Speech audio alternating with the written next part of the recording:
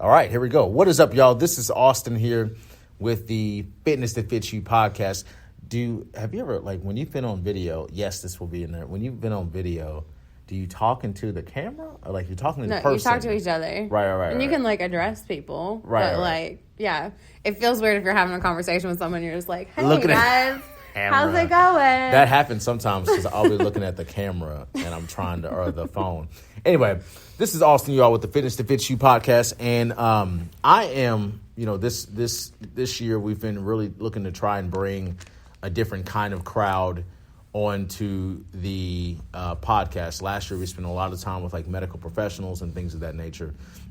We had a mishap with our previous podcast. I was telling you that earlier, where we lost the Fitness That Fits You podcast. So we had to start over. This new podcast is Let's Talk About It, okay? Presented by Fitness That Fits You, a.k.a. Austin Peckman. But today with me, I have a very special guest. Her name is Beth Burrows. She is a client of mine. Beth, I'm going to stop there as far as introducing you goes, and I'll let you kind of tell them a little bit about you.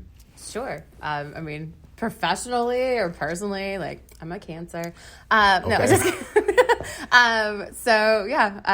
I've been working with you for a couple months now. I want to say we officially started in November. We got everything put together in October, but November really kicked it off. And then with the holidays and everything, we've really been able to kick back up starting in January, which has been great. Yeah. I work in the beverage industry.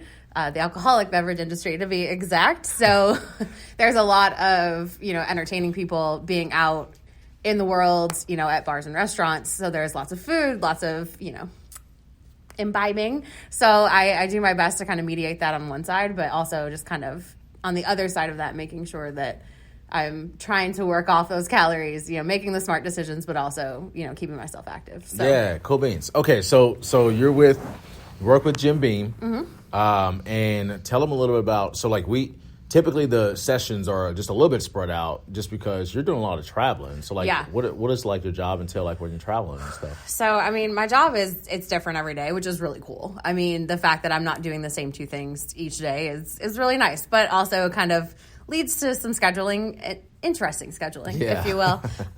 So for me, sometimes I am on the road quite a bit. With COVID, it's been really strange. Certain places obviously aren't comfortable. I'm not comfortable in certain spaces, traveling to certain cities.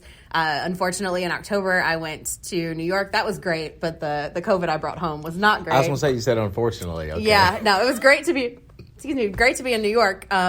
Unfortunately, while I was there, I did get COVID, which seems to be a trend for people that end up in New York City. I was going to say, yeah, that kind of makes sense a little bit, right? Okay. But so thinking about, where I'm traveling and what I'm doing. So it's been a little bit different. But typically, if we were in a pre-COVID or hopefully one day post-COVID world, I get to kind of travel and spread the good word. So nice. I get to educate on the family, like the Beam family specifically. I get to educate on alcohol specifically, bourbon, American whiskey. Yeah. So I talk about flavor profiles. I talk about history. I talk about, just the major educations. And I also get to throw events. So we get to do really fun stuff with those, those brands. Okay. So, cool beans. I'm gonna make sure to put a link to the CDC guidelines.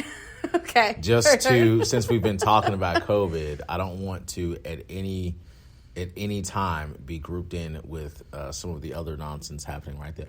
No. Joe Rogan and all that. Oh yeah, no, we're not even. COVID's real. I've had it. You've had it. We're not even. Well, I'm not even. This podcast is nowhere near as known as Joe Rogan's podcast, but I'm mostly making a joke. I personally don't think he needs to be taken off of Spotify for all of that. I just think that Spotify has to do a better job of just being like, hey, these are all people and they're just speaking their opinions. Some of them are being a bit more factual because they're scientists and stuff and getting on here and talking about things. Some people have, the legs to stand on. Yeah. Some people are Joe Rogan. So anyway, I'll just make a little side joke. I have fun stories about Joe Rogan. We'll talk later. Oh, really? Yeah. So the reason why I got Beth, the reason why I got you on the show, and obviously Beth and I have talked about this, but we talked about addressing you. But one thing that I've been coming into more contact with over the past few years that I've been doing this, particularly in the past year with COVID, and all of the percentages of people, becoming obese, if you will, or getting closer to that realm, since we've been stuck at home and doing work. Well, I guess we're not really stuck at home anymore, but since our lives have shifted to being at home more, a lot of those percentages, those numbers are going up, especially within, do you mind discussing your age again? Oh, no, it's totally fine. Yeah. Okay, how old are you again? I'm 34. 34, okay, so year. we're in the millennial stage. So especially those individuals that are in that, younger to, or like kind of mid to older millennials, they have really gone up in terms of their percentages of obesity. The last time I looked at it was around like 40% or so, or something like that. And in Louisville, Kentucky in general, it's like up to 32%. And this is just like within the entire city. Right. So like these are kind of things that we're seeing. And in addition to that, I'm also seeing a lot more language around like body image and some of the bad relationships that we have with food. I mean, I've got a trainer here at the gym, shout out to Shatoya, who just sent me or showed me like a couple posts from a follower of hers who was like posting videos of just like, I think she had like the majority of her food would be like a 160 calorie like meal, like a 160 calorie snack. That would be her meal. And she was doing that all throughout the day. And then whenever you got back on her face, you would see, man, she looks exhausted, So like, the world has kind of shifted, and not everybody, but the world has kind of shifted in this like way of like, seeing food as like a bad thing.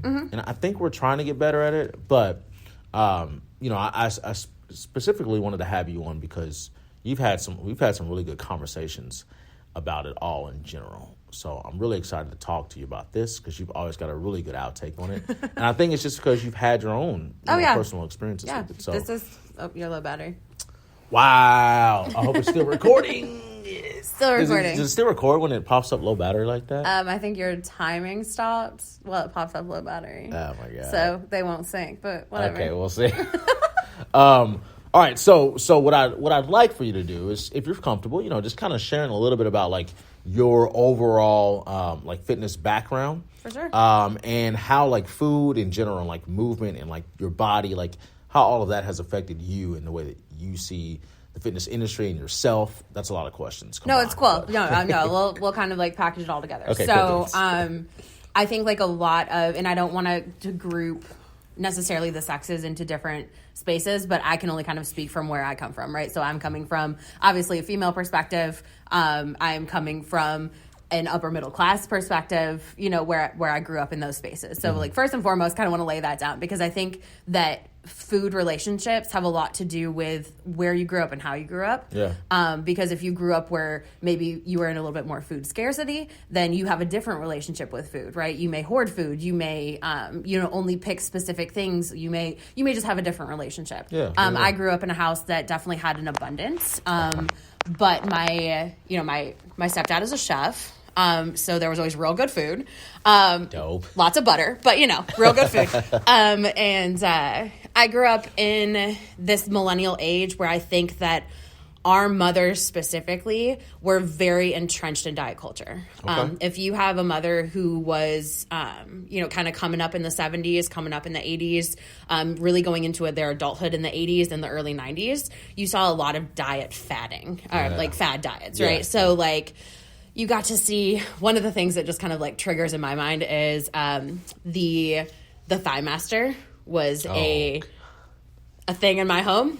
Yeah, this guy. I can't remember who it was. Suzanne Summers? I can't remember. But whoever did the Thigh Master, I had a Thigh Master in my house. Slim Fast was a thing in my house. The diet books by Oprah and the gentleman that she used to work with who was, her consultant, that when she kind of like yo-yo dieted and lost a lot of weight and then gained a lot of weight and like the entire 90s was just like, what's Oprah's body size going to be, right? Every magazine, everything was talking about body size, how to be smaller, how to take up less space, how to eat more appropriately for your body type, or how to, growing up with models, it was like the age of the supermodel. So the super skinny, very tall, but basically emaciated women who were everywhere. They were like the epitome of beauty. And so for me growing up, I think that all of those images, all of those, the compilation of you should be on a diet. I was drinking Slim Fast at 8. Yeah. Now, that's not in like my mother's blame or anything like that. Like, I don't want this to come across as like my mom was terrible, because she wasn't. She was a very caring, loving person. Yeah. I think that watching her go through yo-yo diets, watching her speak about herself in the way that she spoke about herself, that was really very triggering for me, especially growing up, and now realizing it, right? I didn't realize it at the time. So my relationship with food was, you had to eat healthy foods, right? If you were eating everything except dinner, because, you know, Dad cooked dinner. So, like, you ate everything on your plate, but, like, don't eat too much.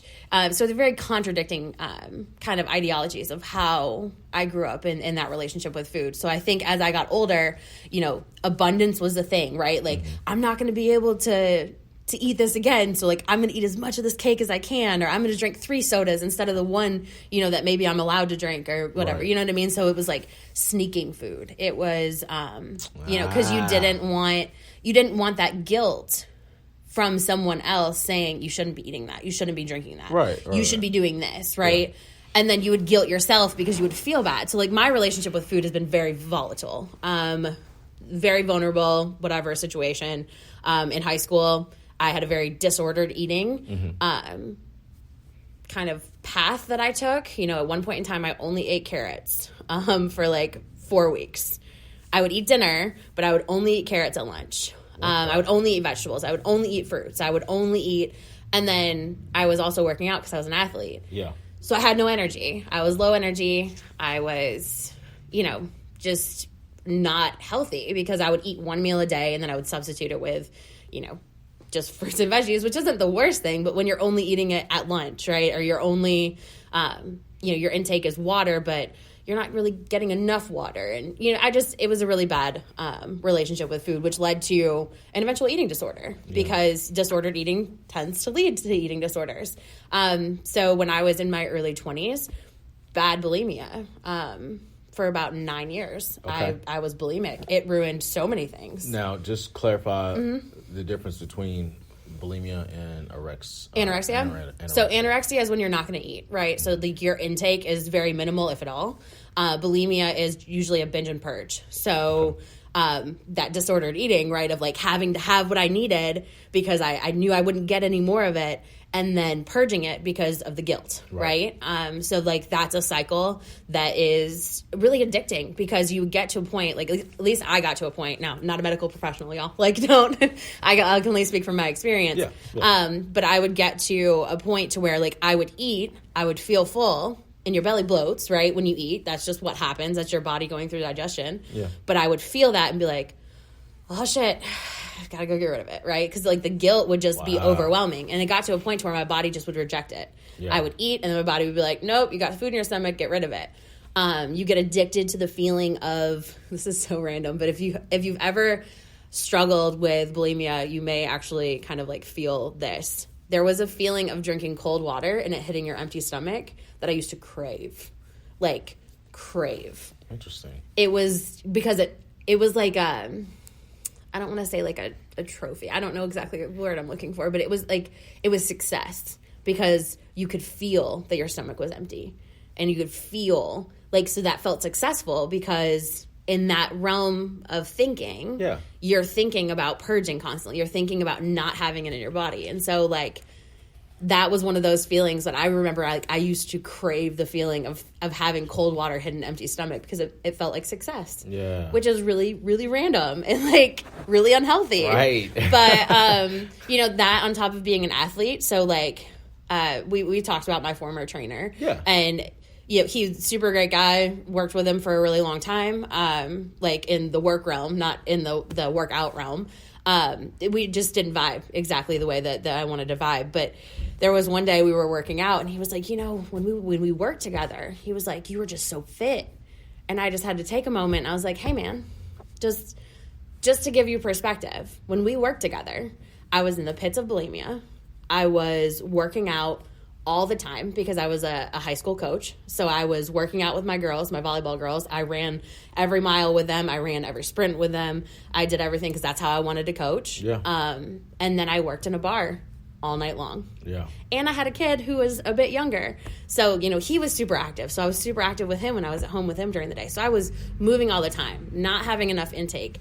And then any intake I did have, I would purge. So like, he was like, you just look so healthy. And I was like, I wasn't, man. I was probably in the worst shape I've ever been in my life. And the look is different, because I think when people see your body weight going down, they see, maybe a bit more muscle definition, they just say, congratulations, you're smaller, you're taking up less space. Yeah. Like, good job. Yeah. And that is not the narrative that we need to give to people. Right. And I think that, growing up in the realm that I grew up in, all of those different facets. And I don't know if I'm hitting all of your questions that you asked, but I feel like man, it's, when you grow up in that kind of, ideology of taking up less space, you are ashamed of your body constantly. Yeah. You are worried about how much space you're taking up. Like, I don't know if I've told you this story. I used to fly a lot because I moved from New York to Kentucky. Yeah. I remember you. Yeah. This is a weird one, right? Yeah. So I would fly a lot between my dad and my stepmom, who lived in New York State, and then my mom and my stepdad, who lived in Kentucky, so that I could spend as much time with family as possible. And I did weird shit, like, because my brain was just so messed up when it came to it. Like, one, when you're a teenager, you think that everybody's eyes are on you always, which is something that now that I have a teenager, I just kind of want to, like, shake it out of him. Because I'm like, nobody is. Like, no one is looking. No one is paying attention. And it's, like, not that you're not important, because you are very, very important. But, like, the world is moving on its own axis. It's not. Exactly. Like, I remember I felt like all eyes were on me. I felt like everybody was judging me constantly. So I try to, like, take solace and, like, understand, take a breath when my kid kind of goes off that realm. And I'm just like, but it doesn't matter. But, like, it matters so much to you then. But, I would fly, and I would take the seatbelt when I would get up, and I would make it as small as possible, and then I would leave the plane, because I didn't want the next person who sat in that seat to think that somebody with a bigger body sat in that seat. I wanted them to think, who the hell knows who sat in the seat before you? Right. You know what I mean? Like, and can I tell you a secret? Yeah.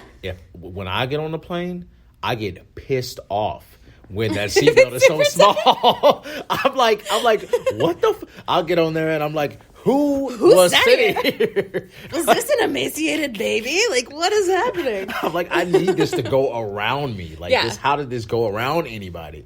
So, but it, like you said, it's so crazy. Like, we're thinking about that. Oh yeah, like that was a constant thought for me. It was a constant thought of, like, my clothing. I think I told you this too. Like, when I was driving, I didn't want my stomach to roll. Yeah. I would worry that somebody sitting in my passenger seat would look over and see, skin over the top of my pants. Now, I was in great shape. I was, especially in high school. Mm-hmm. In college and stuff, I was an athlete. I just wasn't doing the right thing. So, like, I was in great shape, but I wasn't healthy. Yeah. In high school, I was pretty healthy. Aside from the disordered eating, I was in good shape.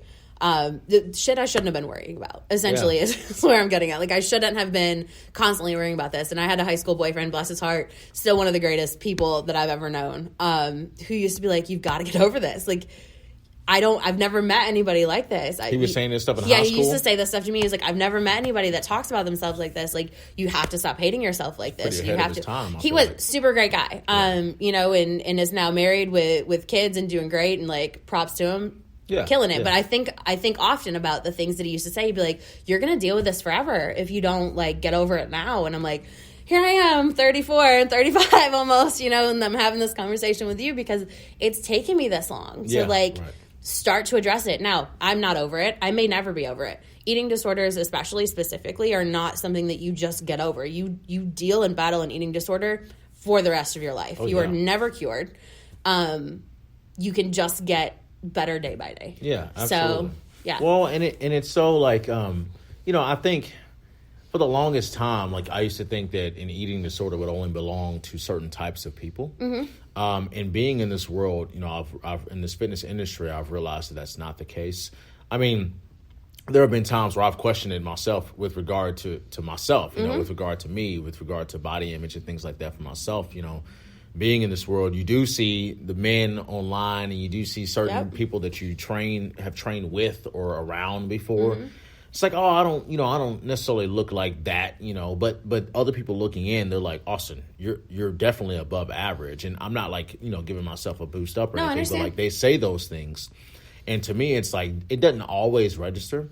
the longer I've spent in this industry and like trying to, adhere to a certain mindset for my clients, that's really helped. Like being able to get some research and some information from other people speaking these things, other influencers that I trust, other fitness professionals, strength coaches, like people that I trust, giving me that information, researching that information, the stuff that they put out, and then putting that back on my people in a positive manner.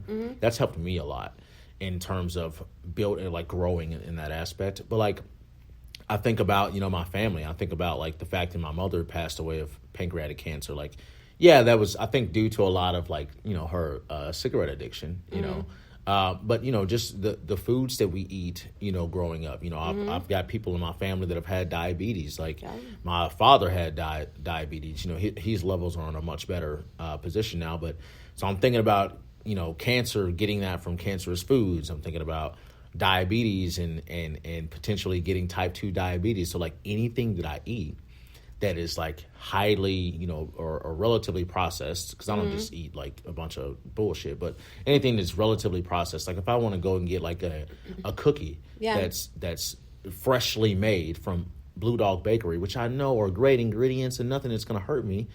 Like in my head, I'll be like, man, I got to really watch it because I could get type 2 one cookie from now. Get type 2 diabetes, Like, I'm thinking about which stuff is like illogical, that. Right? Like, that's an illogical thought, and that is having a complicated relationship with food. Yes. It's, not necessarily disordered, but, like, a complicated relationship. And I think that's...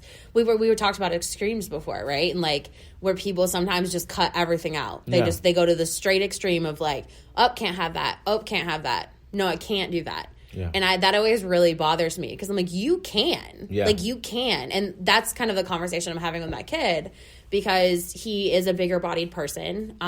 He has struggled with that for a while, like being uncomfortable in his own skin. So I do understand that because I'm 34 and I am uncomfortable in my own skin. But I have done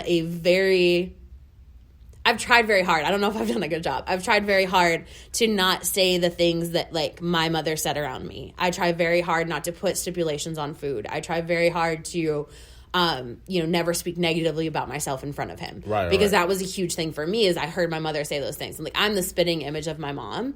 And so, like, we had a real tough conversation. I would say probably like last year we sat down to dinner. And your mom? My mom and I, yes. Yeah. We sat down and she always talks about, like, how we look exactly the same. And I'll show you a picture. We are, like, dead up the same. And she'll say, like, she complimented me or something. I was like, I need you to take a step back. And she's like, what do you mean? And I said, I appreciate the compliment. I really do. But you cannot, diss yourself in the same breath that you compliment me. Because my whole life I grew up with, oh my gosh, she's a spitting image. She looks just like you. Yeah. She's a mini you.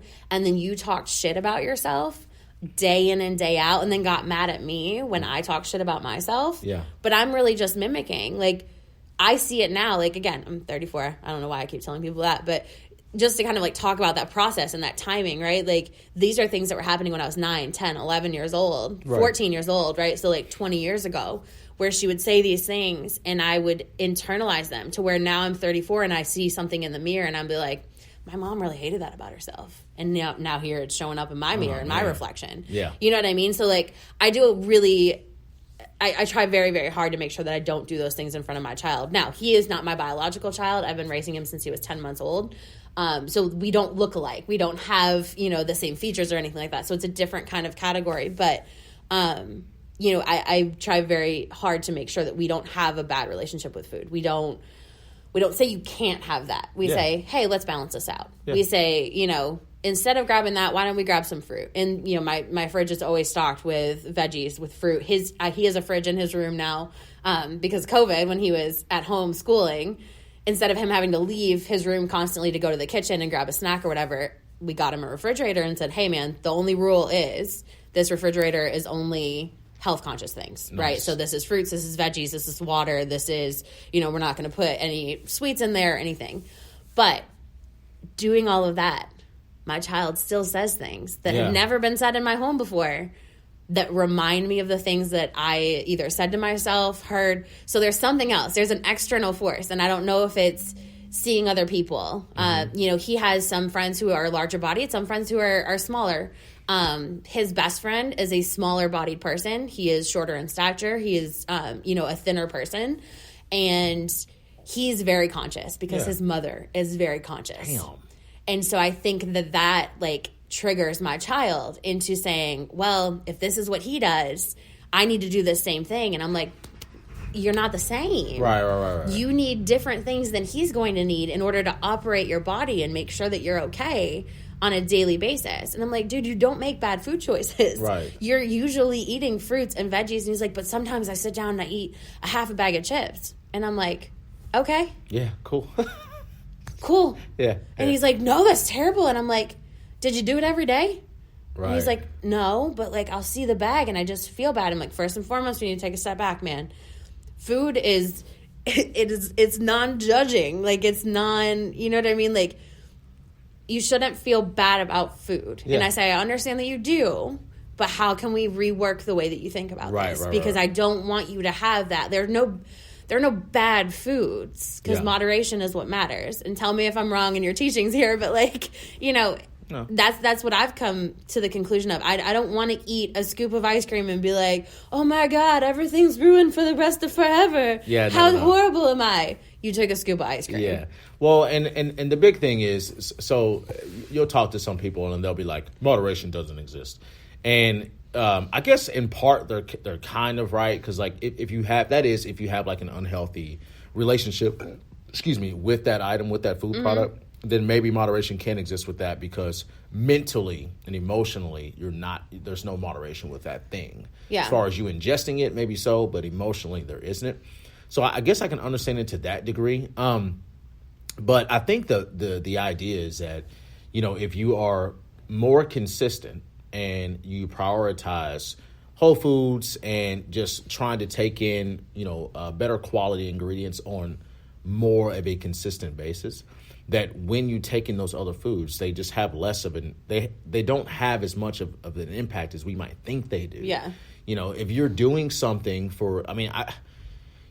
sometimes I'm surprised at where I am physically, because, you know, I think back on it, I'm like, man, in high school and in college, you know, we didn't know how to eat. Our coaches were not being like, you need to eat these foods, right?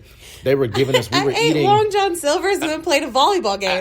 That's what I'm saying. In high school, they'd be like, y'all need to head on down to Rowley's and get some food before the basketball game. And it never occurred to me that maybe these teams we were playing, sure, you know, I went to Brown School. So sure, those teams that we were playing when we played Central and St. X and Trinity and all of them, maybe they actually were just a lot better than us. But also, they maybe had, because they were typically either bigger schools or private schools, they had access to parents or education, someone that was telling them, hey, this is what you should eat.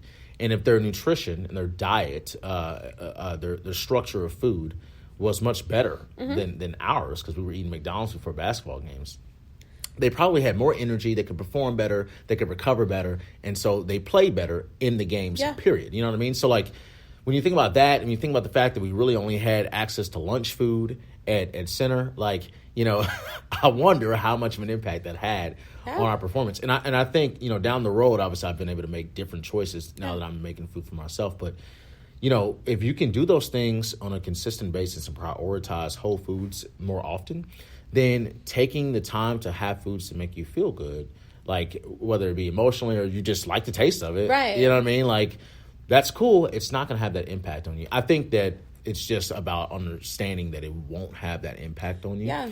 And you said it perfectly. Like, I've got people that I follow now that have been doing this a lot longer than I have, and who have helped a lot more people than I have. And they have issues with the same thing. They get a slice of pizza, and in their brain, they're like, I should not do this. You know what I mean?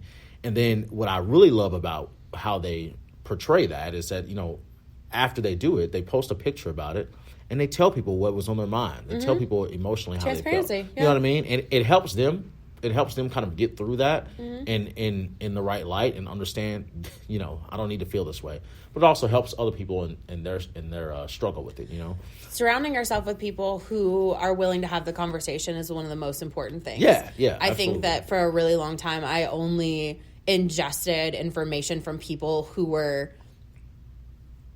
a little more toxic. You know what I mean? With the way that they talked about things. Like, when people start to say, oh, well, here's my diet plan. This is what I do. This is my exercise plan. And you're like, no, I know that you have a disordered eating. Or I know that you have an eating disorder. Yeah. And you're lying. Like, you're lying to the world. And, honestly, you're lying to yourself. Yeah. That's what you're doing, is you're lying to yourself and you're saying, look at how structured I am. Yeah. Look at all of this. And you're not helping anyone. You're hurting yourself, and you're hurting the people who are looking at you, because they're looking to you for advice. I have a friend who is really an amazing friend, who we have kind of bonded over the fact that we both have, a past with disordered and eating disorders. Yeah. And she'll do that every now and again. And I'm like, hold on, I need to check you right now. Come on, friend. I need you to take a moment and take a step back, because I know what you're doing behind the scenes. Yeah. And is this really, I understand that you're trying to uphold an image right now. I understand that you are trying really hard to show that, the body that you have right now is coming from all of this really hard work. Yeah. Which you are. You're doing hard work, and I appreciate that you're doing that. But if you're going to tell the story, tell the whole story. Tell the whole story. Tell the whole story about how you went out and you did this, and then you came home and you purged. Yeah. Tell this story, because if you don't tell this, like, you're telling pieces of a story, and you're telling an incorrect and PC narrative, right? It's not a whole. It's in pieces. Heck yeah. So. And as much as I love this person, I love her with all of my heart and soul, it hurts me as somebody who has invested time, energy, and vulnerability talking about my eating disorder with this person, for them to then turn around and basically be like, well, I'm just going to go ahead and hide that. Right. Because I'm very vocal about it, because I think that the more people that I've been around who have had this conversation with me, who have been honest and vulnerable and spoken about it. We've talked about Lizzo before. I don't know where you stand on Lizzo. She has been incredibly helpful to my life. Yeah. Watching her as a bigger bodied person embrace her body, show that she is physically fit. Yeah. I don't know anybody who can run on a frickin' treadmill and sing the songs that she sings, because she can. Yeah, she's you know what great. I mean? Like, she does those things, but for her to come out and be like, hey, I'm feeling vulnerable about this today. Yeah. Hey, this is really getting to me. But also, I'm a bad bitch. You know what I mean? Right. Like, having people like that. And there's a couple others who have been helpful but are also problematic, so we won't mention their names, who are having those conversations. It's so helpful versus the magazines that I grew up with as a teenager, or, the conversations that Oprah was having. Like, no hate on Oprah, but man, that I religiously watched Oprah day in and day out, and the things that were fed to me on that show. Right. Obviously, it was meant for an older audience, but like that stuff really got to me. That makes me want to because I remember hearing about all that. Mm-hmm. I think right now Oprah's like the face behind like Weight Watchers. And so Weight Watchers has taken a different turn in WW. They're not called Weight Watchers anymore. They changed their name to try to take away all of that hurt that they gave us in the 90s. They did. And I think they do things a little bit differently now with their point system. I've got a couple clients that are currently doing that. And they're doing it. They're doing it because of the way that they set up their system. So essentially, you can eat what you want. It's easier to count those numbers versus a calorie count. Correct. Yeah. So what's happening is, they're not always. I think Weight Watchers is not always, directed toward an audience of people that are looking to perform in their quest to lose weight, because that's what it seems like. It's most about losing weight, but they don't seem to have. They're not addressing those people. And so what happens is you come in here and you exercise, and as far as, energy, you're not gearing for performance. It's not always there, And so I know what happens. You end up, you work out, you go hard, you go home, you're tired because you just got done working out. And so the idea behind it is great, but you don't have the energy or the mental space to try and stick to that. And so you end up doing something else, and that could be, kind of eating, whatever it is. Be a guilt spiral. Yeah, exactly. And it's fine if you just eat whatever it is that you want, but the problem is consistency. I think they're trying to set up like a consistent thing that you can do, and it doesn't necessarily work. Now, I have not been in Weight Watchers for like years and years and years. I don't know how. I'm sure that people have had. It was one of the fads that I did as a kid. It was more of a fad, right? But I mean that's just kind of like one way to think. But it makes me want to like kind of go back and watch some of those days that was happening, because I want to understand. So two things two things. One thing that I wanted to ask you rather, about like how you kind of like, what sort of actions or activities kind of brought you into this better light with regard to your mental space and emotion behind it. For me personally, I started using exercise as that positive reinforcement. A lot of people will say, don't like eat whatever you want and then like punish yourself with exercise. Right. Correct. The problem with that for me was that I used exercise. Exercise has always been more of a beneficial or a fun thing for me. Mm-hmm. So for me, it was, okay, I just had some food that I know is not necessarily going to like benefit my goal. Let's be very specific about what I mean. Yeah. Not bad foods, benefit my goal. Right. And so I knew that as a positive reinforcement, this is how I feel about exercise. Oh, okay, you know what? As far as like a guilty pleasure or whatever, going to the gym will kind of erase all that, because I love going to the gym and getting a nice little workout going. And so scientifically, that looks like me using what I ate for energy in the gym, right? Taking those sugars or the calories, whatever it was that I ate, and using that for energy in the gym. And so that's ultimately, how it worked for me to I don't want to say justify, because again, that's kind of like a punishment, like a reinforcement. But for me, it was just like, it made sense. It was like, okay, what kind of emotional reward can I think of that will kind of counteract whatever like, guilty feeling that I may potentially have. And so I knew that exercise always like helped me feel like I feel rewarding no matter what exercise I'm doing. It feels rewarding. So I looked to exercise for that. The problem with that is, if for whatever reason I eat something and we've kind of talked about my emotions behind it in general, things that I'm working on, and if I don't exercise, because I've trained my brain to be like, I really do love exercise. I don't have to train it to do that. Right. Like I get an emotional and a physical response from exercising. If I don't do it though, I feel all out of sorts. Yeah. Like that guilt, that like, man, how am I going to do this and be a trainer and all this other stuff? Knowing I just had like a cookie. Right. You know what I mean? Like, but you're like, I enjoyed peanut butter. Oh my God. In cookie form. What am I going to do? Yeah. Peanut butter cookies. Oh my God. Let's talk about it. You put a little ice cream over that. Lord have mercy.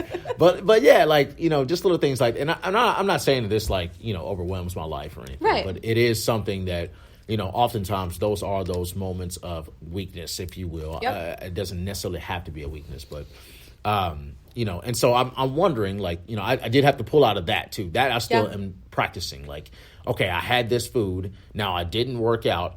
Where do I find this place of feeling okay? Where do I find balance? Yeah. So that I am still working on as an individual. I think that will come. When I turned 30, more so 31, like a lot of those things started being like, oh, well, fuck this. Like, this is not a big deal. Oh, 30s, the fuck it that comes in the 30s is like chef's kiss. It's crazy, really, right? it's so great. I mean, so it was all like, y'all 29-year-olds out there, hey, it's coming, right? Just hold on. It was like immediate almost. Like I immediately felt like, whoa, I'm a little bit more, like I just feel better for some reason. I don't know. I don't know what it is. You still have those things, but So there's a couple of things, right? So going back to your initial question, like how did I get to where I am now? Yeah. What was your thing? It's an ongoing process, like you were saying. I really feel like it's an always moving towards your goal type of process. Yeah. And your goal shifts. So like you may meet a goal, but then your goals are going to kind of like shift and augment and change, and you're going to continue on in this journey. But for me, it was identifying these things and talking about them openly and honestly, like working through those emotions, whether that be through journaling, which has always been very helpful for me. I'm a kid in a family who is all of the things. I am an only child of my mother and father. I am the youngest child of my mom and my stepdad. I am the middle child on the other side of the family, and then of my half siblings, which we don't really believe in step and half. These are all my brothers and sisters. But like if you break it down, I'm the oldest of the halves, right? Okay. So I have all of the the experiences and complexes and all of the things. But one thing that I realized when I was kind of like in my only child space is that journaling was super helpful for me. And so anytime that I feel out of sorts, I just write shit down. I list things. Hey. I write, like, I just kind of like, I call it putting my brain chaos to paper, because I just get it out. Like, it doesn't have to make sense. It doesn't have to be pretty. It doesn't have to be even logical or make sense to other people. It's just me getting the brain chaos in my head onto a piece of paper that I can then leave. I'm very weird. Like, I always wanted to burn them because I always felt like that would be super powerful. What you wrote down? Yeah, okay, but I'm really bad at like getting rid of things, which is a whole other segment that we can have a whole other my hoarding tendencies. One day I'm going to be famous and people are going to care about my thoughts. No. So for me, like that was a really good start. It was really just getting that brain chaos onto paper. And then it was speaking honestly out loud. Yeah. It was checking myself when I would say shitty things about myself. If I felt uncomfortable about the food that I was eating or an outfit I was wearing or a space that I was taking up, like I would speak out loud about identifying what it was that was making me uncomfortable. Yeah. And I talk about myself in third person a lot to myself, which may sound really strange, but I do a lot of, well, she's XYZ. You know, like I ate something and I'm feeling bad about it, right? So I'll be like, you know what? She's allowed to have that. Okay. You let her have that. And me talking about myself in third person to myself sounds really weird when you talk about it. Talk about yourself in third person to other people. But, you know, having that moment to say what I would say to somebody else in that situation and not say to myself, because I'm harder on myself than I am on other people. Right, I give other people grace a lot more often than I give myself grace. No. And so, giving myself that grace to say, she's allowed to do that. Yeah. Oh, she's wearing those shoes today, right? Like, she feels real good in her skin today. You know, those types of things really, really help me. Love it. And then just not being so angry at myself all the time. Yeah. Allowing myself to take a step back and be like, it's not the end of the world. And I think this came in my 30s. It's not the end of the world if I have a little bit of something that I don't like, right? Nothing is permanent. And also reminding myself of my capabilities. I think giving yourself a checkpoint of saying, I got up and I went to the gym today, right? I got up and I ate a healthy breakfast. I made a good dinner. You know, you asked what my goals were this week, and one of them was to not have any red meat. I wanted to see if I could do it. Yeah. Because there's a lot of times where, like, it's an easy grab for me to just get my 80-20 burger, you know what I mean? And, like, From Kaylin's? Huh? From Kaylin's? Oh, no, sorry, like the 80-20 lean fat. Oh, yeah. They got an 80-20. No, Kaylin's is amazing. It's like the OG burger. But yes, no, I don't mean it like that. But, like, getting, you know, leaner burger or, like, 90-10. You know, from the grocery store, which isn't a conscious effort for myself that I've started getting leaner meat. Yeah. But it's easier for me to just say, you know what, we're going to throw this into something today. So it challenged me to think about my meal prep a little bit more ahead of time, which is easier if you have the ability to do that. Like, for a long time, I was a bartender. I was a server. I was, you know, living almost day to day, not even paycheck to paycheck, but like night to night. You know what I mean? Like, there were some nights where I'd be like, I got rent tomorrow. I got to go in. I need to make $350 tonight so that I can pay my rent tomorrow. And you work your ass off and you try to get that done. But you can't just go grocery shopping, right? Like, and just buy everything that you need for 2 weeks. Right. So, you know, moving away from that mentality and now being in a situation where I can do those types of things. Like, how do you retrain your brain to go into that type of mode?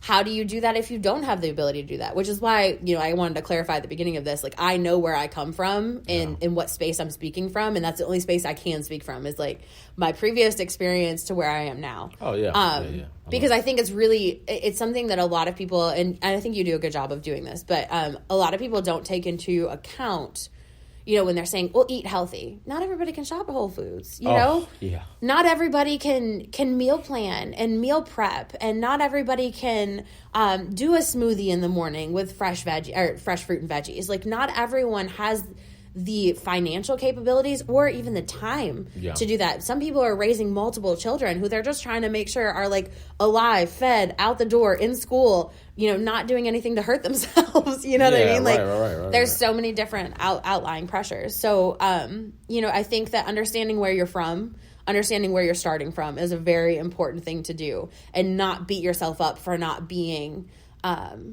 you know, someone that maybe you're following on social media or whatever, who doesn't have any responsibilities, who doesn't have, you know, kids, or doesn't have financial restraints, or doesn't have those types of things. They have a gym in their basement. They have the ability to, you know, hire a trainer. Not everybody has the ability to hire a trainer. Right. You know, so getting to a point to where I can do those things for myself has been a work in progress. And then also identifying, don't beat yourself up for 10 years ago when you couldn't do all these things because you were literally just struggling to survive and you made it. You did it. Congratulations. Now you can do these things. But I think it's really important to identify, like, going back to the initial, like, how do you do this? Identify where you're starting from. And I think identifying where you're starting from is having really honest conversations with yourself. That's right. Whether that be in journaling, in vlog form, in whatever. If you're not comfortable letting other people into your journey, you never have to. Like, that's another thing is, like, you don't have to chronicle everything on Instagram. Yeah, right. You don't have to. Also, the way that I speak about other people has changed. We had this happen in the studio the other day. Yeah. You're looking real skinny. Stop. Don't say that to anybody. That's not. Oh, you talking about? Yeah. Yeah. I was like, no. Yeah, exactly. That was so no, it ridiculous. happened. It was like, you shut it down. I shut it down. She shut it down. We were like, no. Stop it. And they're like, well, what do you want me to say? And it's like, tell her she's looking healthy. Yeah, right. Tell her she's looking energetic. Yeah. Tell her she's like, stop equating you are better because you're skinnier. Yeah. Like, that is, ooh. And obviously, so like we had a moment. Okay, the video's off, but we had a moment where and I had a feeling she was gonna respond that way. Like, I had a feeling she was gonna be like, ecstatic about what they said, like about what she said, but like. So but basically, her retort wasn't even ecstatic. Her retort was negative on herself to the comment. Oh, because she said, didn't she say, I want to? She was like, she I said, you're be looking skinny. And she's like, girl, no, I'm not. Oh, that was see, her I missed. retort. I forgot about that. Yeah. So okay. So we had a point here in the studio the other day where there was a client who I think walked in and there was a client who walked in and she had already been working out and one of the clients who just got there made a comment about that person that had been working out, saying that, so and so, you're looking real skinny, and I think she was trying to compliment. It was her, a compliment. It was an effort to compliment. Right, and her goal, in her defense, her goal was to lose weight. So I think the fact that it was very plainly like visible that she had. Her initial thing was to say, you're looking real skinny. The problem with that is, I'm going to be real about it, that individual is not skinny. She doesn't have the frame to be skinny. She is a larger person who is strong. She's muscular and strong. And muscular. Yeah. She lifts 300 pounds in here. Sorry, but you're not going to be skinny and lift 300 plus pounds. It just doesn't happen. So at any rate, when I hear all that, I'm like, wait a second. No. And so there were a couple things wrong there. Why was it that is her way of complimenting people, right? That individual is a great person. They're all great. And This isn't a negative thing on anybody, because the person that we're speaking about that received the compliment is killing it. Yeah, exactly. She looks amazing and Exactly. she looks strong and energetic and great, and hopefully she's feeling all of those things, because I've only been here for a couple months. I've only seen this individual a handful of times. Every time I see her, she's looking stronger. She's doing better. She's like, she's killing it. Yeah. And that's not a negative thing, I think, but framing the way that we talk about it. Stop equating skinny to better. Yeah, exactly. That's the biggest piece about it, because I think that for the longest time, that's what I wanted to hear. I wanted to hear, oh, girl, you're so skinny. Yeah. You're so whatever. But you know when I was hearing that? When I was in the pits of my eating disorder. Right. I was so unhealthy, and people were telling me, you look so good. You know what that does to a person with an eating disorder? Makes them fall deeper into an eating disorder. No, absolutely not. And you don't know how people are getting there. And I think that that's one of the reframings that I did, is I don't want to compliment people on their size. I don't want to compliment people on taking up less space. If you are a smaller framed person and a smaller bodied person, great. That is your body type. That is, when you start to pay attention to being a healthier person and doing the things for your body, you may manifest that in a skinnier body frame. Right. Some people just aren't. And I think that was a big thing for me, is I am built like a brick shit house. Like, I am built like both of my parents, who are shorter in stature, who are very thick, lower bodied people. My mother played soccer. My father played football. Shout out to the soccer. Shout out to soccer. I am not meant to be a thin-bodied person. Right. And I think that took me a long time to figure that out. And then I hit the point where I'm like, oh, no, she thick. She gonna be thick. That's just what she's gonna do. Hey, ain't no wrong I'm with not mad at that. Either. Right? But, like, you know, when you start having people in the media who portray thicker bodies, I'm hesitant. I'm hesitant to bring up this really awful family who has taken over our airwaves for the last 15 years. You ain't talking about the Kardashians, are you? No, but okay. they have... Well, yes, I am. But they have shown that thicker bodies can be accepted. Now, are they doing it the proper way? Absolutely not. They are doing it in plastic surgery ways. They are. It is an unhealthy way, and that's a whole different list of unhealthy, bad things that come from that family. Right. That being said, the acceptance of a curvier body kind of came hand in hand with the success of those people. Right. Now, I also take a step back and say I'm not ugly. I'm just poor. I say that shit all the time because you talk about it with the Kardashians, right? It's just like, they don't look like themselves. They aren't themselves. And, like, no hate to them. If you choose to go the plastic surgery route, that is 100% your choice. Yeah. I am not yucking anyone's yum. Like, this is your own choice to find comfort in your own skin. If you have the money to do that through, you know, augmentation, and that's the path that you choose, I will not ever shame you for that. Yeah.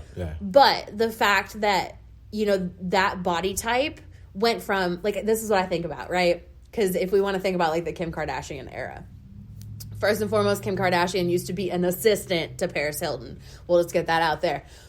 But in the year of Paris Hilton, right? The years of Paris Hilton, tall, skinny, low-rise jeans. Britney Spears was the same way. I tried to do the Britney Spears workout, which was 1,000 crunches a night. That was what she used to do for those little low-rise jeans, right? Like, what? Yeah, I know. That was her workout. Like, was eat very small amounts of things and do thousands of crunches and all of those things. Well, anyway, you know, those types of people were the ideology of the time. The Christina Aguileras, when she was at her thinnest, and when she gained a little bit of weight, people gave her so much shit. And she was literally just eating now. You know what I mean? Versus not eating. But, like, the Nicole and Paris situation. So, like, Nicole Richie and Paris Hilton. They used to call Nicole Richie fat on the constant. She weighed maybe 115 pounds. Standing next to Paris Hilton, who was tall, thin, and, like, super, super slender, and also had a very different body type, they would call her fat. And then you look at her and you go, well, shit, I'm bigger than her. So, like, what does that make me? Yeah. Right? And then so, like, the shift from that in the, like, late 90s to early 2000s into the world that we're in now, where we're embracing thicker-bodied people, whether it be, you know, natural or unnatural, I will give a little bit of credit to that family for moving the needle into more body acceptance. Now, I, again, give them lots of shade for the way in which they portray it. But, like, that's kind of, I think, a name that we can all resonate with, are those three people, right? Especially if you're a millennial. You saw that growth. So, well, and there's still this underlying thing where it's like, you know, hey, you know, they, underneath the plastic surgery, underneath what's not really them is them. Yeah. And that them is not what's being portrayed to the world. It's just like an Instagram highlight feed, right? Like, so, like, what are they feeling internally? You know, that they don't have that for you to see, that they're hiding that. You know, well, they're not having that full conversation, right? We've never sat down with any of them and said, "Hey, why did you decide that this was the path that you wanted to go on?" Right. It's more of, they just kind of show up with slight augmentations, and then there's like this, you know, this murmuring in the background of, like, well, did they get work done? Oh my gosh, I don't know. Was this a Brazilian butt lift? Was this a nose job? Did they get their jawline chiseled or whatever? And people just constantly asking those questions, where, you know, and it's their right to privacy to not have those conversations. Right. I think that the more people that are coming out and having those conversations and saying, I was uncomfortable with this, this, and this, and I chose because I have the means to do so and the capability to do it, you know, without going to a different country and paying under the table, I can go and do these procedures and I can do these things. Now, that being said, you don't need procedures. You don't need any of those things. Yeah. If you feel like that's what you want to be happy, again, not going to yuck your yum. Do what you want to do. Find comfort in your own skin. Yeah. But I don't think that we need to take all of this time to say, I'm going to compare myself, my body, my everything with someone who is in a much different bracket of being able to take care of that stuff than I am. So surrounding yourself with people who are telling the full story, or at least what they're comfortable telling. They're telling more of a complete story than just, look at what I ate today. Yeah. And, you don't see maybe like the candy wrappers that are over here or the, you know what I mean? Or look at how hard I worked out today. But you don't see the 4 days of just utter and complete guilt where they couldn't get out of bed because they felt so terrible. Again, you can totally have those moments in private. But if you are going to be someone who is in front of people having the conversations, it is your responsibility to have the full conversation. Yeah. If you put yourself in the realm of saying, I'm going to tell you about my journey, then you need to tell us about the journey. Yeah. You don't need to just highlight reel, Instagram reel that shit, because if you do, you set other people up for failure. Right. And I think that was, going back to like the initial question, one of the major things for me was surrounding myself. I unfollowed everybody who I didn't feel was telling me a full story. Smart. I unfollowed anybody who made me feel uncomfortable. Yeah. Like we had this discussion with one of the other trainers the other day when she was like, I had to stop following people like that. Yeah. Because you have to, because it's a constant comparison and you don't know if you're even on the same field. You may not even be playing in the same sport. You know what I mean? So like, just put yourself in a space. I wonder if that's, going back to that particular scene that we were referring to, I wonder if that's why she responded, the third party who said, I wish I got that compliment that I was skinny. I wonder if that's why she responded that way. It's because she's taking into account all of these things that we are just talking about, these concepts. It would be interesting if we halted the conversation right there and we would have said, hey, take a step back. I would love to talk about what's mentally happening right now for everyone. Yeah, absolutely. Because like to hear, and because all we can do is speculate, right? To hear the person who gave the compliment. Yeah. You gave a compliment because you wanted to show support for this person who you saw was working hard. Right. Who you saw the physical changes in. Right. But having the narrative of equating skinny to better has been a narrative I have grown up with my entire life that has been a really difficult thing because, like, one of my things... Oh, my purse isn't in here. I was going to go get... I started a list of compliments to myself, like daily affirmations for myself. Okay. Probably about 2 years ago. Awesome. I add to it when I feel like adding to it, when I come up with something else. But they weren't physical. Yeah. They're never... a physical thing, and I've kind of tried to push this onto my child, this practice, and I, of course, can't make him do anything, but I try to get him to say something nice about himself, at least on a weekly basis. Good. Because when he sits there and is like, there's nothing good about me, I'm like, bullshit. I call bullshit right now. There's a million great things about you. Hell yeah. If you can't see them, I'm really sorry because you're missing out. Yeah. Like, right. and I want you to be able to see those things. But, like, my affirmations started with, you're allowed to take up space. Yeah.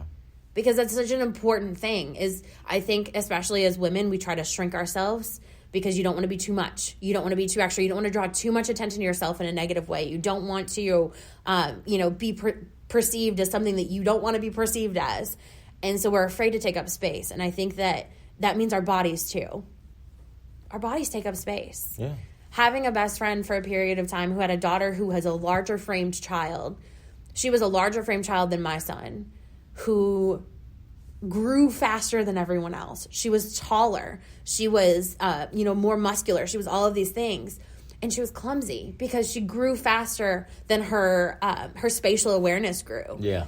And so, like, that was another thing that reframed the way that I talked about things, because she would get upset about being bigger than the other kids. And I'd be like, no, girl. Do you know how strong you are? Heck yeah. Do you know how, you're allowed to take up that space? Do you need to be a little bit more careful when you're walking through spaces? For sure. Just be a little bit more aware of where your hands are, where your feet are. Try to keep yourself into not crashing into things. Right. But you are allowed to take up space, honey. And, like, we would go places and, like, trampoline parks or, in the park where you can take up as much space because you're outside, or you can take up as much space because you're given that space. I think that that's a super important thing than telling kids to sit there, be nice hands, nice feet, nice, you know what I mean? Like, be smaller. Stop. Yeah. They don't need to be smaller. Yeah. As an adult, you don't need to be smaller. You don't need to take up less space with your voice, with your brain, with your body. You just need to understand what is okay in the space that you're in, right? Like, obviously, I'm not going to walk into a room and be like, kick the door and, hey, bitches, right? If it's like a professional setting. Will I do that in here? For sure. But, being comfortable to take up that space with your personality, being comfortable to take up that space, with other things may come a little bit sooner. Right. But being comfortable to take up that space with your body Yeah. is super important, which goes back to that seatbelt bullshit, right? Like on a plane, I didn't want anybody to think I was taking up too much space. Right. I didn't want anybody to think that, my body was an unacceptable thing. And I think I've told you this before, but there's this thing that we have through my work, which is geared pretty much towards like trade professionals. Mm-hmm. But I've found that it kind of appeals to a lot of people. One, the website is pretty amazing for all of those things. But one of the things that they did was called the Refire Series. Okay. So in restaurant lingo, right, refire would mean something was wrong with it. You need to go and redo it, right? So like refiring a meal. You send something out to a table, it's not what it's supposed to be. You would tell the kitchen, we need a refire on whatever ticket, right? Okay. So that's where the idea comes from. So it's about resetting the practices in which we carry out our dailies. One of them was on fat phobia. One of them was on grief. One of them, so like things that you maybe wouldn't think about in the space of like bars and restaurants, but they definitely do have that space. So one of them was talking about accessibility. Yeah. A lot of times when we think about accessibility, we think about like, is there a wheelchair ramp? Is there an elevator, right? Because that's a lot of the accessibility that we think about are people who have different ableness in their bodies. Right. What about bigger bodies? Like, have you ever sat at a stool or at a table or at somewhere in a bar or restaurant and you're like, this is uncomfortable? Have you ever thought about the fact that maybe somebody with a bigger body wouldn't even physically be able to sit in that space? Like, I walked into a bar. And I love this bar. I love it so much. I love everything that they do there, but I hate their bar seats. I hate them so much because they're like stuck to the ground. Yeah. Like you can't move them side to side. And it's like it sets forward and it always brings you back to the middle. So like if I'm having a conversation with you, right, I'm sitting like this. I can turn, but I have to like hold it. I have to hold it in my core to talk to you. And then as soon as I like let that go, it just like swink and I go right back to the front. And I also take up the entirety of the seat with my backside. Okay, like, yeah. And I got a big booty. And I know that I got a big booty. That's fine. Yeah. But, like, That's this great. is a pretty normal, like, I'm a pretty normal average size. Yeah. A lot of people, and we were just talking about this, are larger bodies than I am. Right. So if I, with a normal, quote-unquote, normal size body, like an average size body, am sitting in this seat and I am uncomfortable and feel like I'm taking up the whole seat, how does somebody with a larger body, how does somebody who has maybe some sort of like, think about this, a woman who just gave birth, who has a cesarean section, and maybe her midsection is used and abused during that period of time, and she doesn't have like the strength in her tummy to hold that conversation to the side with you. Tough. Right? Like, but thinking about those types of things and accessibility in spaces, like we spend a lot of time talking about, oh, we just need to get bodies smaller. We need to get them to fit into our spaces. When we really need to start talking about how do we get those bodies healthier, but also give those bodies a space to exist where they're not uncomfortable. I love it. Like walk into a bathroom. I want to change your life. Walk into a public restroom and see if there's enough room to take up space. Okay. Like an airport bathroom. Yeah. If you're not going to one of the handicapped restrooms, which are like all the way at the end, which never makes any sense to me. Right. You're like, hey, person who's in a wheelchair, can you just get past everybody in their bags and go to the very end of the restroom? Yeah. But like having that thought process of these doors all open inwards. So if I'm a larger body and I have, luggage with me. You're right. Yeah. How am I supposed to shut this door? Whenever I've gone to the airports, I'm like, God damn, these bathrooms are small as shit. Now think if you were a larger body, if you were a taller person, if you were a larger bodied person, if you were like... That's true. So like listening to all of those things completely changed the way in which I walk through the world. Yeah. And it was listening to these industry professionals talk about, their challenges. And the fat phobia one is something that I've watched probably 3 or 4 times because Virgie is a genius. Okay. But like she has this conversation. She's like, BMI is trash. Yeah. It's hot trash. And the fact that we have spent so much time thinking about BMI and thinking about, I hear my kids say this shit too. Well, my BMI or my this or my that. And I'm like, dude. Yeah. Well, let's not even start there. When you're getting on like the the very small idiosyncrasies of it all. If you were training to be a specific athlete, or you're training to be somebody on stage who's like, doing those types of things, that's one thing. But if you're a person who's trying to exist in the world, focusing your whole life around calorie counting, or you need to get your BMI down. And it all came, and we talked about doctors too. It came because my kid went to a new doctor. Yeah. And this doctor essentially looked him in the face after not knowing him, not knowing anything about him, and said, if you don't get your weight down, you're going to be diabetic. Yeah. And my kid took that in he was 14 at the time, had took that in at 14, and has not been able to shake that. Yeah. He's like, if I eat something, I'm going to be diabetic. If I don't just, I've had this many calories today, I've had this. And he's like, I don't know how to calculate this. I don't, if I'm eating a dinner, I don't know what's all in it. Right. Don't add extra salt to my stuff. And I'm like, dude, I'm not doing any of that stuff. And I've done a better job now that I understand where his mental state is. Yeah.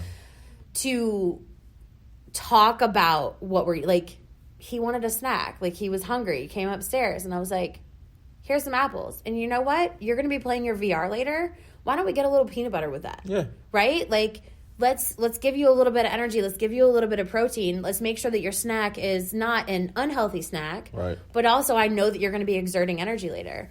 And also reframing. He's not an athletic kid. He's never been one to hit a ball, catch a ball, throw a ball. It's not his thing. But he loves video games. So getting him video games like his VR, which he bought with his own money because my kid is independent like that. Yeah, props to him. There you go. But, he gets on that and he plays a zombie game for an hour and a half where he is, lurking around and he's around his room and he's stabbing zombies. That's what I was going to say, virtual reality. VR, yeah, okay. VR. So like he's that's movement right there. Yeah, he's in a VR headset. He's, he's getting sweaty because he's, doing these things that are fun for him, but he's also being active. And he's like, well, I didn't work out today. And I'm like, yeah, you did, man. Yeah. You just totally did that. Doesn't always have to look a certain, yeah. And that's the thing is like reframing the way that it looks. You don't have to just go to a gym. You don't have to just run 3 miles. You don't have to. He's not good. He's not good at reframing his brain around like running. Yeah. When I did my jogging club, which I'm doing again this year. So that'll be fun. Cool beans. Training for a 9K. But, we got into it, and he got some shin splints, and he got some things because he's not a regular athlete. He's never endured those things before. Right. So, like, talking about how to talk about that. I need to know what's going on in your body. Yeah. I need to, I don't know. Essentially, I'm saying all this because, like, nobody has it all together. Nobody knows exactly what they're doing. Yeah. Nobody, like, all you can do is try to be better every single day. Right. And I think that I have done as much work as I've done on my own brain to try to understand where I'm starting from, and then also stop my kid in his tracks from saying things that I feel would be negative towards his development in that space. Right. Stop him from saying things. And like we had a conversation where me, his father, and him all ended up in tears because of what he was saying about himself. Like he was upset, and so he was saying these things. And, like, his father hearing them, it wrecked him. Yeah. Me hearing them was like, oh, my God, he sounds like me as a kid. Right. And I'm like, I know I actively tried to make sure I didn't say those things in front of him. Yeah. Where is this coming from? Which is where I feel like there has to be this external force that just hits us all when we're at a certain age where it's like, I don't look like this person. Yeah. I don't feel like this, or I don't, do this. So I must be wrong. I must be bad. Right. And I think reframing that, I was like, dude, listen, I don't calorie count for a reason. Am I conscious of the calories I'm taking in? For sure. Yeah. But I'm not going to sit and calorie count because I know for me that's a trigger. Right. What's the first thing that I asked you when I came in here? Can't do it. I can't calorie count. Yeah. What else can I do? I can't stand on a scale. Yeah. Because I know that that's going to be a trigger. And like, no shade or anything, but there was one day that we did something where it was a fourth of your body weight. You were supposed to lift a fourth of your body weight. Yeah. I found out how much I weighed that day. Yeah. Because I can do math. Right. You know what I mean? And that fucked me up for a couple weeks. Okay. It did. And that's good to know, though. There's no shame on the situation, right? Because like that probably wasn't even something that you were thinking about. The squat challenge, yeah. Yep. And that was only because that was like the actual premise of the challenge 100%. itself. No, 100%. But even something like that can trigger. Something like that can trigger me. I know how much I weigh, and it took a little bit of mental gymnastics to get myself to go, that's just a number, dude. Yeah. Like, who says what my number should be? Because when I weighed what technically my body probably should weigh, I was getting asked if I was on drugs, if I was sick, if I had cancer, because I was in the thick of my eating disorder. Right. When I weighed that. And I mean, honestly, when I weighed my smallest, I weighed 132 pounds. For my 5'4" body, my BMI says I should weigh 132 pounds at all time. And I meant to make a quick comment about that. So, like, with regard, two things, actually. Obviously, it sucks that doctors are... I'm assuming there are some really wonderful doctors. I'm sure out there are. But it does suck that some doctors are doing those sorts of, your son, that would not be the only instance in which a client has come in and said something about their doctor. That sucks. The second thing, with regard to your BMI, I think that's a large reason as to why the numbers have kind of gone up over the years. And, of course, the fitness industry, people working in that industry, their job is to just read those numbers because they're not the ones taking the tests and the census and things of that nature. But BMI can be a showing of that. I've explained to plenty of my clients that my BMI would point out that I am overweight. And I know that that's bullshit. Yeah. So it's like, why is that even a thing? Who knows how off these numbers are because of what doctors think? Well, yeah, they're not taking into account your muscle mass. Like, some people just have more we were talking about my thigh. Like, I have more muscle mass. Yeah. I cannot zip up, even at my thinnest, I could not zip up a pair of boots over my freaking calves because they're muscle. Yeah. And I'm not going to lose the muscle. Right, and I'm sure there's tons of athletes where their BMI, if they weren't athletes, people would look at them and say, whoa, you got to get your shit together. Yeah. But because they're athletes, it's one thing. They understand that. They don't seem to want to understand that for humans that For aren't normal, athletes. just, and yeah. that's really weird, right? That's really freaking weird. So, I don't know. There's there's elitism in the world for some reason with certain people and things, and it sucks. But if that's a word, elitism? Is that the word? Elitist. Elitist. Elitisms. Elitisms. Well, okay, so here's what I want to do. This is great communication. Couple things. I've got to pee. And I've got to get home to my little one. Same. So first thing I want to do is thank you, Beth, for being problem. on the show because this was awesome. I have a feeling that we could have kept going on and on and on. Is there a part 2 in the future? I have a feeling because that was. I mean, we had a podcast when we restarted the podcast. The first group that I had on, we kind of touched on the societal pressures coming from social media and things of that nature. And so this was essentially like a more in-depth part 2 of that, to be honest. And I think it was great to have you on. I appreciate you sharing your story. Is there anything that you would like to kind of end with regard to advice, suggestions, just things you've kind of touched on a lot with regard to how people can make that mental shift, journaling, understanding where you are, things of that nature. Is there anything else you'd like to add, kind of give to the people listening that they can kind of work on to help find that same clarity? I think that the most important thing for me was it doesn't have to be perfect. You just have to do it. Yeah. That was a major thing for me. When it came to journaling, it doesn't have to be pretty. It doesn't have to be, in a specific thing. It can be on a loose leaf piece of computer paper. Yeah. It can be anything. When it comes to, working out and training, it's just go. Yeah. Just get up and go. It doesn't have to be perfect. You don't have to look a certain way. You don't have to be wearing your best, most, beautiful workout attire. Honestly, I hate, athleisure clothing looks great when you're just out in the world. Athleisure clothing sucks for when you're actually trying to work out. You know what I mean? But, it doesn't have to be perfect. Right, and I think that so many people wait for everything to align and be exactly what it's supposed to be. Yeah. And that expectation stops people from progressing. And I think that the most important thing that I've learned is it doesn't have to be perfect. You just have to do it.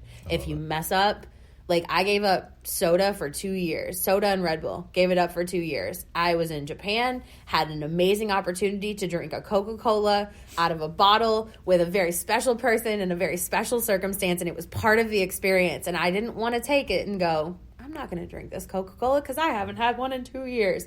I drank that shit and it was the best Coca-Cola, best experience. I cried, not because of the Coca-Cola, but because of the moment. And if I hadn't allowed myself that moment, I would have missed out on a major opportunity. I was with a friend on that same trip who was on his keto diet. He missed out on all the food in Japan. He couldn't eat any of the stuff because of the diet that he was on. that he decided to go on right before Japan, he couldn't enjoy any of the things. Yeah, the worst case, I mean, this is obviously off topic, but I feel like worst case scenario, they might just have a bunch of rice, you know, or something of that nature. That could be totally wrong. I've never been to Japan. Sorry if I sound no, racist. You're fine. Or I'm not a keto, but like the rice, but like there were meats that he, you know, and I don't know like what his specific specifications of his diet were. I say keto. I don't know if that was really the diet he was on. I think it was, but like there were so many meals that we would get this extravagant, amazing, beautiful prepared thing sat in front of us, and he would be like, "I'm gonna eat some rice."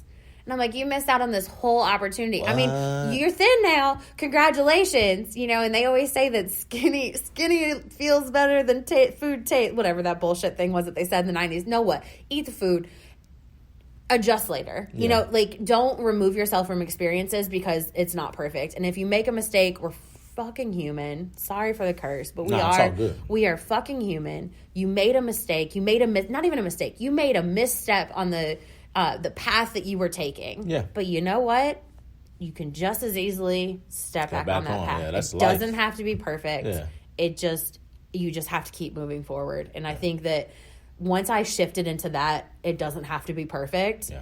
My life changed. The way that I dealt with shit changed. So. That's dope. You heard it from the best, all right? All right, you all, one more time. This is Let's Talk About It, all right, presented by Fitness That Fits You. Thanks again to Beth here for being on the show.